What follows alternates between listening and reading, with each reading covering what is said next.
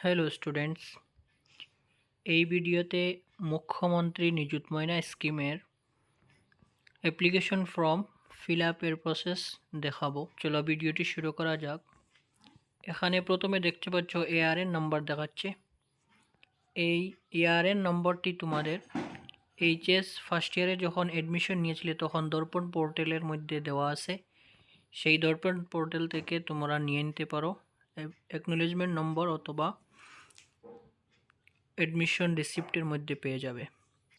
তো এখানে দেখতে পাচ্ছ নাম্বার 1-এ দেওয়া আছে নেম অফ স্টুডেন্ট। এখানে যে ছাত্রীর নিযুত ময়না স্কিম অ্যাপ্লাই করা হবে তার নাম এখানে দিয়ে দেবে। 2 নম্বর অপশন এখানে দেখতে পাচ্ছ ম্যারিটাল স্ট্যাটাস। এখানে সিঙ্গল এই বক্সে ক্লিক করে দেবে। 3 নম্বরে date of birth. Date of birth fill up করার সময় প্রথমে ডেট, তারপরে মান্থ, তারপর ইয়ার দেবে। তারপর name of father or mother or guardian. যদি বাবা থাকেন তাহলে বাবার নাম দেবে, না হয় মার নাম, না হলে গার্জিয়ানের নাম এখানে দিয়ে দেবে।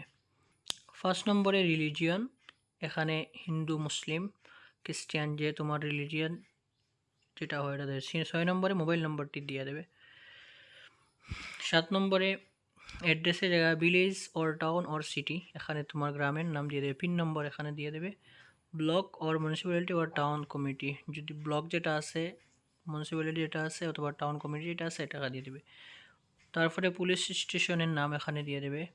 তারপরে ডিস্ট্রিক্টের নাম এখানে দিয়ে দেবে।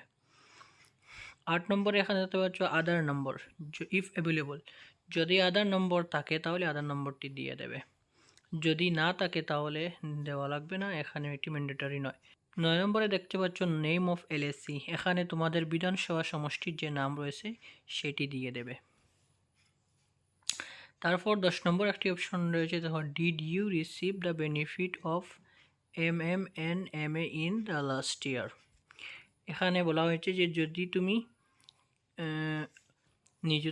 মুখ্যমন্ত্রী নিযুত ময়না আসনি এটা প্রিভিয়াস ইয়ারে পেয়েছো কিনা, যদি পেয়ে থাকো তাহলে ইয়েস করবে, যদি না পেয়ে থাকো তাহলে নো করবে। তারপর এখানে আমরা বি নম্বর যেটা রয়েছে এডুকেশনাল ডিটেলস। এখানে নেম 1 নম্বরে যেটা রয়েছে name of institution from which pass.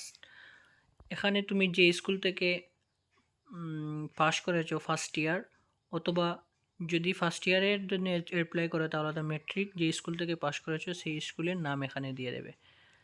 2 নম্বর আছে লাস্ট এক্সামিনেশন পাস্ট, এখানে দিয়ে দেবে। HSLC যদি মেট্রিক হয় তাহলে HSLC দিয়ে দিবে, এখন যদি মেট্রিক হায়ার সেকেন্ডারি হয় তাহলে HS দিয়ে দিবে। এখানে ফার্স্ট ইয়ার কত সালে পাস করেছো এটি এখানে দিয়ে দেবে। তারপরে রুল এবং নম্বর এখানে দিয়ে দেবে। তারপর name of institution currently enrolled in, এখন তুমি যে স্কুলে বর্তমানে পড়তেছো সেই স্কুলের নাম এখানে দিয়ে দেবে। তারপরে আমরা যাব সি ব্যাংক ডিটেলস। এখানে 1 নম্বরে দেখতে পাচ্ছ অ্যাকাউন্ট নাম্বার। এখানে তোমার যে অ্যাকাউন্ট পাসবুকের মধ্যে অ্যাকাউন্ট নম্বর রয়েছে ব্যাংকের, একটি দিয়ে দেবে। 2 নম্বরে রয়েছে IFSC কোড, এটি ব্যাংকের পাসবুকের মধ্যে পেয়ে যাবে, ব্যাংকের পাসবুক দেখে এটি ফিল আপ করে নেবে। 3 নম্বরে দেখতে পাচ্ছ অ্যাকাউন্ট হোল্ডার নেম। এখানে যার নামে অ্যাকাউন্ট রয়েছে বা যে স্টুডেন্টের নামে অ্যাকাউন্ট রয়েছে এই অ্যাকাউন্টের হোল্ডারের নাম এখানে দিয়ে দেবে। 4 নম্বরে রয়েছে ব্যাংক নেম, যে তোমার যে ব্যাংক অ্যাকাউন্টটি রয়েছে এটি কোন ব্রাঞ্চে, কোন ব্যাংকে রয়েছে, স্টেট ব্যাংক বা পাঞ্জাব ন্যাশনাল ব্যাংক বা ইউনাইটেড ব্যাংক, যে ব্যাংক রয়েছে তুমি ব্যাংকটি এখানে সিলেক্ট করে দেবে। তারপরে ব্রাঞ্চ তোমার পাসবুকের মধ্যে পেয়ে যাবে তোমার ব্রাঞ্চ কোন জায়গায় রয়েছে। তারপরে signature head of the institution, এখানে তোমার স্কুলের প্রিন্সিপালের সিগনেচার। তারপরে সিগনেচার প্যারেন্ট অবলিক গার্জিয়ান, এখানে তোমার পিতামাতা অথবা গার্জিয়ানের সিগনেচার। তারপরে সিগনেচার অফ স্টুডেন্ট, এখানে যে স্টুডেন্ট অ্যাপ্লাই করেছে তার সিগনেচার দিয়ে দেবে। তোমরাও ঠিক এইভাবে ফর্মটি ফিল আপ করে নিতে পারো।